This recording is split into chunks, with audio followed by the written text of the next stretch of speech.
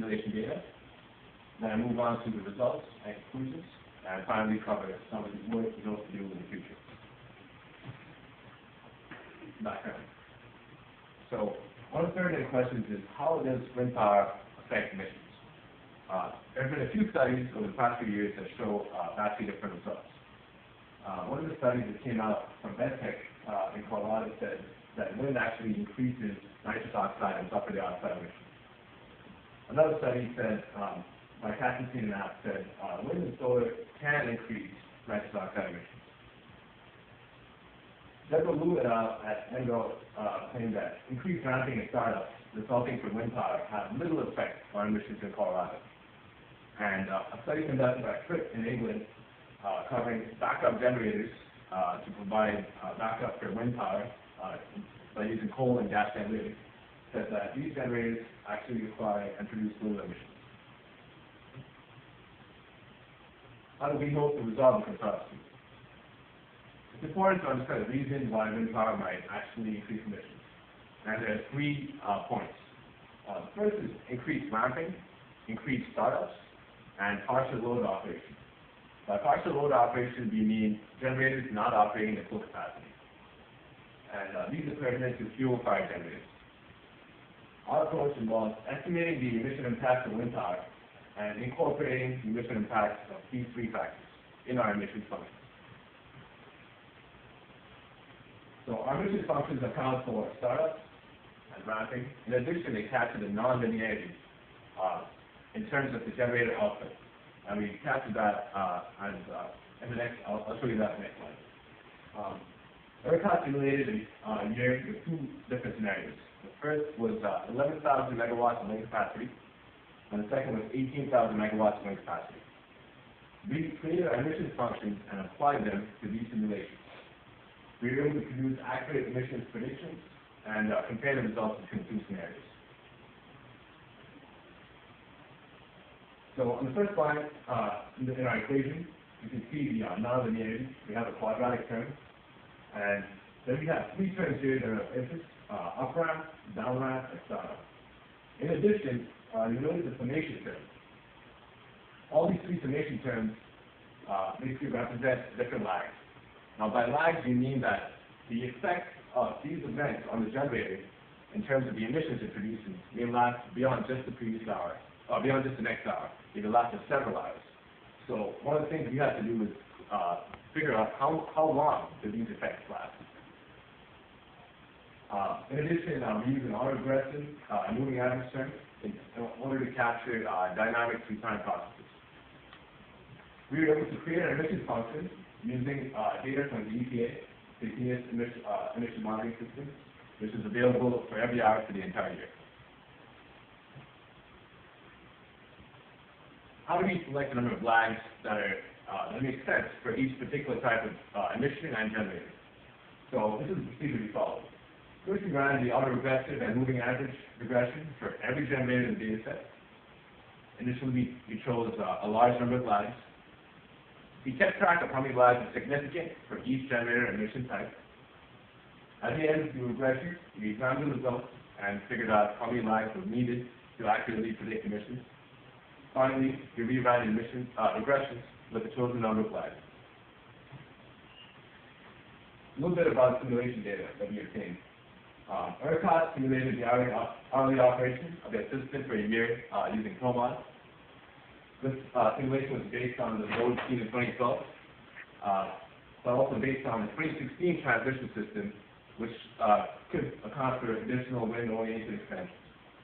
The 2 different scenarios under consideration were a low, which is the current level of wind penetration, corresponding to about 11,000 megawatts of wind capacity, and the second was high, which was 18,000 megawatts of wind capacity, which is projected. These are the results we found. So notice that as wind capacity increases, coal generation actually decreases by about 3%. The ratio of coal startups per gigawatt hour from coal generation actually increases slightly between the 2 scenarios. Similarly, ramping also increases slightly between the 2, increases by about 85% between the 2 scenarios. And interesting point to note is the average coal ramp actually increases. and the standard deviation reduces by about 20%. What do these results mean? So to analyze these results, we actually look at the emissions corresponding to each scenario. So the actual nitrous oxide emissions corresponding to the lowest scenario is about 157 million pounds. And the highest you can see is about 151 million pounds. Therefore, we can see a reduction of about 4%. In terms of sulfur dioxide, it goes from 655 million to about 632 million, with the corresponding percent change of 3.6%. So the 2 points I'd like to make are basically as wind penetration increases, coal generation decreases. And nitrous oxide and sulfur dioxide emissions per gigawatt hour decrease despite an increase in startup and ramping interest. So the natural gas generation. Gas generation decreases from about 115 million megawatts to 93 million megawatts, which is a bigger change, about 20%. Gas startups per gigawatt hour, once again, increased a little bit by about 13%. And ramping incidents per gigawatt hour increased by about 100%. The average gas ramp is less, at about only 1%, and the standard deviation decreases by about 26%. Again, what do these results mean? You can notice that, that the gas generation decreased about 20%. However, the emissions associated with the gas generation decreased by about twice that much, in spite of the increase in ramping incidents per gigawatt hour from the gas. To get a better picture of the system as a whole, I have a slide that compiles all the results together. Fuel-fired generation accounts for coal and gas. And so we have an overall net reduction of fuel-fired generation by about 9%, overall reduction in sulfur dioxide emissions by about 3.6%, and a large decrease in nitrous oxide emissions by about 30%. So sulfur dioxide emissions decrease less because wind displaces gas generators more than coal generators, and nitrous oxide emissions decrease a lot more than an actual decrease in fuel-fired generation. A question you may have is, how can the emissions decrease by more than a decrease in generation? The reason behind this is because the wind can disproportionately displace generation from the higher rated generators because it can be less efficient.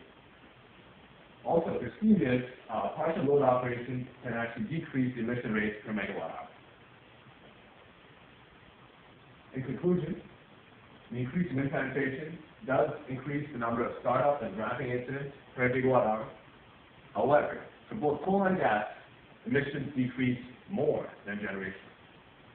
Wind displaces gas more than it does coal, and the overall effects of added wind capacity are generation decreases by about 9% from fuel-fired generators, sulfur dioxide decreases by about 4%, and nitrous oxide has the biggest decrease by about 36%.